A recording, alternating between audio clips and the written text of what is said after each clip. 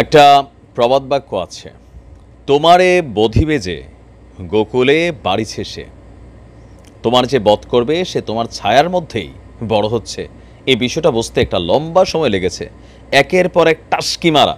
তবে টাস্কি মারার সময় আমি বলতে চাই, যারা বাংলাদেশ জামায়াত ইসলামকে হালকাভাবে নিচ্ছেন, যারা ভাবছেন যে জামাতের রাজনৈতিক সংগঠন বা দক্ষতা আসলে কোন লেভেলের, তারা সবাই নিশ্চয়ই আজকে দুধের বাচ্চার মতন শুধু চায়া রয়েছেন যে মানে ঘটনাটা কি ভাই, কেমনে ঘটলো। ভাবা যায় যে এখানে আমরা দেখছি সারা বাংলাদেশে শিবিরের অস্তিত্ব এক ধরনের নাই, আর ঢাকা বিশ্ববিদ্যালয়ের কাছে দিয়েও হাঁটে না। সেইখানে দেখা গেল কি, এই ঢাকা বিশ্ববিদ্যালয়ে শিবিরের যারা সভাপতি আছে, সেক্রেটারি আছে, তারা বসবাস করছে, তাও ছাত্রলীগের একটা খোলসের ভেতরেই তারা এতদিন যাবৎ নিজেদেরকে লুকায় রাখছিল। ঘুণাক্ষরেও তারা নিজে এসে যতক্ষণ এই পরিচয়টা না দিল, ততক্ষণ সারা বাংলাদেশ তো দূরের কথা, ঢাকা ইউনিভার্সিটি তো দূরের কথা, এই ছেলেগুলোর যারা রুমমেট আছে তারা পর্যন্ত ভাই টাস্কি। আমরা কথা বলছি এই মুহূর্তে ঢাকা ইউনিভার্সিটির শিবিরের যিনি সেক্রেটারি আছেন ফরহাদের রুমমেটের একটা পোস্ট খুবই ভাইরাল হয়েছে। তার বক্তব্যের একটা অংশের মধ্যে এরকম ছিল যে, ছেলে হিসাবে ফরহাদ অমায়িক, অত্যন্ত নম্র ভদ্র। I will give to this to him no cap. আমি জাস্ট অবাক যে এতদিন বিন্দুমাত্র সন্দেহের উদ্রেক না করে বিশ্ববিদ্যালয় ছাত্রলীগের সেক্রেটারির হল থেকে ক্যাম্পাসে থেকে হলে থেকেও কখনো কেউ জানতে পারে নাই এই ফরহাদের আসল রাজনৈতিক পরিচয়। অথচ আমরা এত বছর ধরে জানতাম, ক্যাম্পাসে তো দূরে থাক, ঢাকা ইউনিভার্সিটির ত্রিসীমানাতেও শিবির আসে না। এখন দেখি শুধু ক্যাম্পাসে আসে না, ওদের খোদ প্রেসিডেন্ট এবং সেক্রেটারি এই হলেই এতদিন সিট নিয়ে বসবাস করছিল। তার পোস্টের আরেকটা অংশে এসে লিখছে, কাল রাত থেকেই একটা কথা শুনে আসছিলাম। তারপর সে লিখছে যে ফরহাদ ঢাকা বিশ্ববিদ্যালয় ছাত্র শিবিরের সাধারণ সম্পাদক। শিবির সে করতে পারে, কিন্তু সে আমার সামনে থেকে আমার ইমিডিয়েট জুনিয়র হয়ে আমার ক্লাবের প্রেসিডেন্ট বিশ্ববিদ্যালয় ছাত্র শিবিরের সাধারণ সম্পাদক আমি কল্পনায়ও আনে নাই।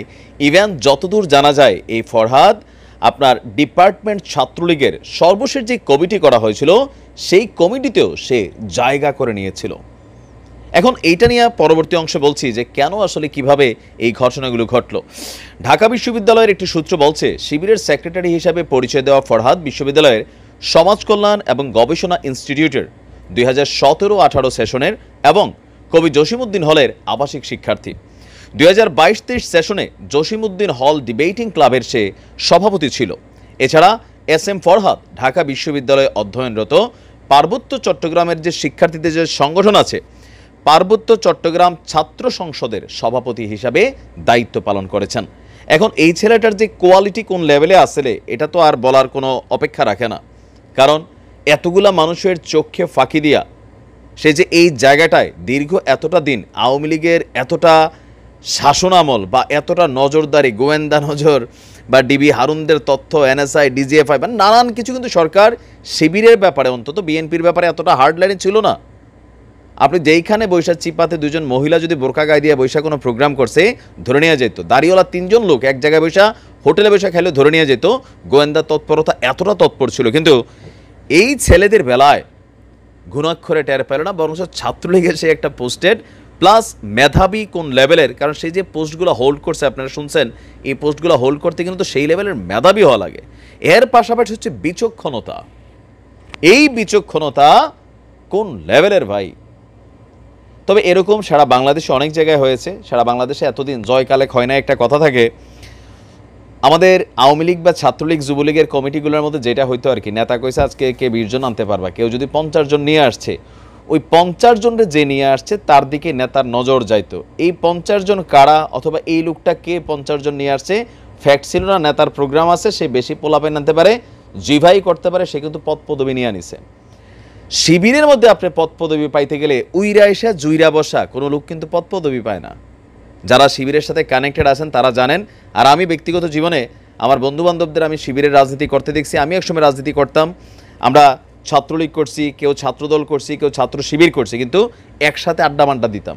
তো সেইখানে আমরা দেখছি যে শিবির অলওয়েজ মেধার মাধ্যমে মূল্যায়ন হয়েছে। আর এই কারণে তাদের ফিল্টারিংয়ের কারণে এখানে থার্ড কোনো পার্টি এসে রাতারাতি আপনার দলীয় পদ পদবি বা জায়গাগুলো হোল্ড করতে পারে না, পড়লেও একদম লাস্ট লেভেলে হয়তো জায়গা টাগা পায়। কিন্তু বিএনপি এবং আওয়ামী লীগ এই জিনিসটা আছে। এই যে এখন দেখেন সারা বাংলাদেশে আওয়ামী লীগ থেকে পদত্যাগের হিড়িক শুরু হয়েছে, এরা কই যাবে? বিএনপিতে যাবে। এরা সবাই এখন বিএনপিতে যাবে। বিএনপির অনেক নেতারা কমিটিকে দেখানোর জন্য, ঢাকা শহরে বড় বড় নেতাদেরকে দেখানোর জন্য জনবল আছে দেখাইতে গিয়া এই আওয়ামী লীগের আবার 200, তাদের হয়তো এই নেতার অনুসারী আছে 20 জন, মিছিল দেখা যাবে 250 লোকের একটা মিছিল নিয়ে নেতা ঢুকছে। এখন এরা কি Awami League BNP doesn't fact, নেতার কাম সেরা দিছে। যেদিন দলের অবস্থা 12টা বাজবে, শেখ হাসিনার মতন হবে, সেই দিন আর মাঠে কোনো আওয়ামী লীগ বিএনপি খুঁজে পাওয়া যায় না। কেন? এগুলার কারণেই। কিন্তু শিবির বা জামায়াত ইসলামের রাজনীতির যে কৌশল, এটার কাছে আজকে সারা বাংলাদেশ অবাক। জামাত কোন লেভেলে খেলে, বিএনপি হালকা নিতেছে জামাতরে, আমি কিন্তু হালকা দেখতেছি না। কেমনে করবেন কার ঘরে কোনটা, আবারও যে সামনে ভাইসা ওঠে। অলরেডি আমরা ছাত্র শিবিরের সভাপতির দেখছি, সেক্রেটারি দেখছি, সমন্বয়কদের টিমের মধ্যে কিভাবে তারা কাজ করছে এগুলো ভাবা যায়। আশ্চর্য হয়ে গেছি মাইরি। ভালো থাকুন।